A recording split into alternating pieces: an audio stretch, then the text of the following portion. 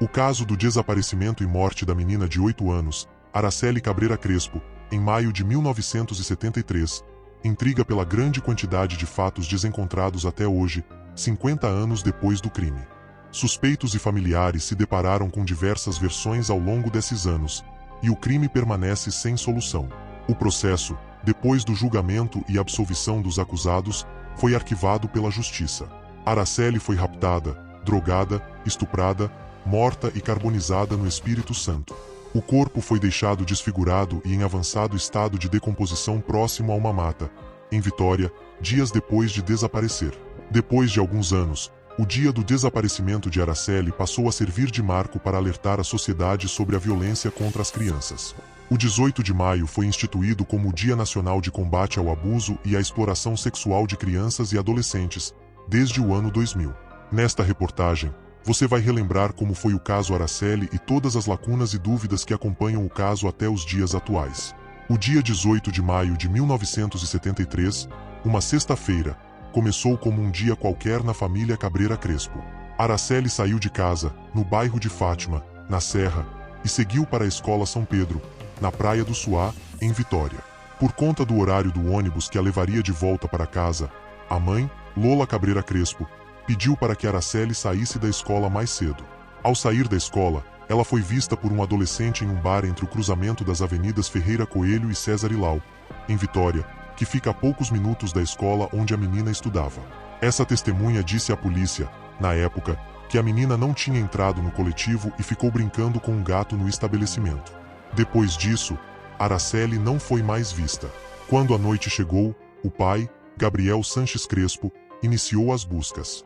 Dias após o desaparecimento, em 24 de maio, o corpo de uma criança foi encontrado desfigurado e em avançado estado de decomposição em uma mata atrás do Hospital Infantil, em Vitória. Inicialmente, o pai de Araceli reconheceu o corpo como sendo da menina. No dia seguinte, ele negou, afirmando que o corpo não era o da filha desaparecida.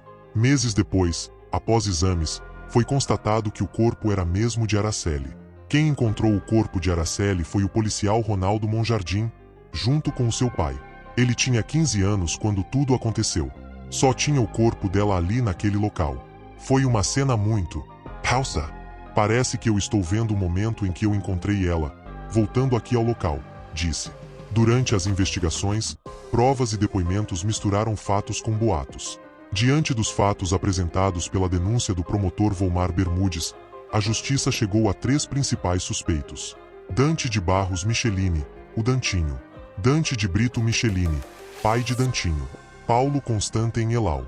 Todos os suspeitos são membros de tradicionais e influentes famílias do Espírito Santo. Versão dos acusados. Depois do julgamento, os envolvidos se recusaram a falar sobre o assunto com a imprensa diversas vezes e não foram localizados pela reportagem. A versão da morte da menina apresentada pela acusação, que mais tarde terminou no julgamento dos acusados, afirma que Araceli foi raptada por Paulo Elau, no bar que ficava entre os cruzamentos da Rua Ferreira Coelho e a Avenida César Ilau, após sair do colégio. No mesmo dia, a menina teria sido levada para o então Bar Franciscano, na praia de Camburi, que pertencia a Dante Michelini, onde foi estuprada e mantida em cárcere privado sob efeito de drogas. Por causa do excesso de drogas, Araceli entrou em coma e foi levada para o hospital, onde já chegou morta. Segundo essa versão, Paulo Elau e Dantinho jogaram o corpo da menina em uma mata, atrás do Hospital Infantil, em Vitória. O Dante Michelini pai pesa a acusação de haver mantido a menor em cárcere privado, 2 dias, no sótão do seu bar, em Camburi. Contra os dois, o Dante filho e o Elau, pesam as acusações de haver os dois ministrado a infeliz menor tóxicos e haver, ainda, de maneira violenta, mantido congresso carnal com a infeliz menina, disse na entrevista. Ainda segundo a denúncia, Dante Michelini usou suas ligações e influência com a polícia capixaba para dificultar o trabalho da polícia. Além disso, testemunhas-chave do processo morreram durante as investigações. Nenhuma dessas acusações foi provada. Durante o julgamento, Paulo Elau e Dantinho negaram conhecer Araceli ou qualquer outro membro da família Cabreira Crespo. Em 1980, o juiz responsável pelo caso, Hilton Cille, definiu a sentença. Paulo Elau e Dantinho deveriam cumprir 18 anos de reclusão e o pagamento de uma multa de 18 mil cruzeiros. Dante Michelini foi condenado a 5 anos de reclusão. Na ocasião, O juiz Hilton Seeley disse em entrevista ao jornal que os três foram condenados, porque foi provada a materialidade e a autoria do crime. Foi através não só da farta prova testemunhal, mas também, sobretudo, da prova indiciária, que é chamada prova artificial indireta por circunstancial, baseado em indícios veementes, graves, sérios e em perfeita sintonia de causa e efeito com o fato principal, afirmou em 1980. Em 1991, os acusados recorreram da decisão e o caso voltou a ser investigado. O Tribunal de Justiça do Espírito Santo anulou a sentença, e o processo passou para o juiz Paulo Copolillo, que gastou 5 anos para estudar o processo. Por fim, ele escreveu uma sentença de mais de 700 páginas que absolvia os acusados por falta de provas. Em 1993, o caso prescreveu sem que ninguém fosse punido. Por longos anos, depois que Araceli foi encontrada morta, a família da menina se recusou a falar sobre o assunto. Mas, em 2016, Carlos Cabreira Crespo, irmão da criança morta, quebrou o silêncio e lembrou da dor que a família viveu todos os anos depois da morte de Araceli. A gente convivia muito e eu sinto muita saudade dela. Apesar de todo esse tempo, não passa um dia que eu não penso nela. Todos os dias da minha vida eu me lembro dela. Carlos vive hoje no Canadá, junto com a esposa e os filhos. Quando Araceli desapareceu, ele tinha 13 anos. O irmão disse que sempre foi muito próximo da menina. Ela era cercada de muito cuidado em casa. Eu, por ser o mais velho, tinha muito carinho com ela. Eu não tinha outro irmão, a irmã era ela. Apesar de sermos menina e menino, convivíamos muito bem. Meu pai era muito dengoso com ela, por ela ser menina, por ela ser a caçula, ele tinha muito cuidado com ela, contou. Sobre o que aconteceu depois da morte de Araceli, Carlos disse que a família foi prejudicada com as notícias que eram veiculadas na época. Eu nunca mais vi minha irmã, meus pais se separaram, minha mãe voltou para a Bolívia, que era a terra dela, o meu pai continuou morando no bairro de Fátima, mas ele trabalhou quase no Brasil todo.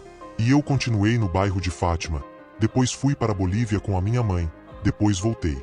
Eu era criança também, tinha 13, 14 anos, sentia muita falta do Brasil. Carlos negou qualquer relação da família com os acusados do crime. Acusaram essas pessoas, o Paulo Elau e o Dante Michelini, falando que a minha família, que a minha mãe conhecia, sendo que a gente nunca tinha ouvido falar no nome dessas pessoas. A gente conhecia a loja do Zelau, que ficava na Praça 8 e a Avenida Dante Michelini.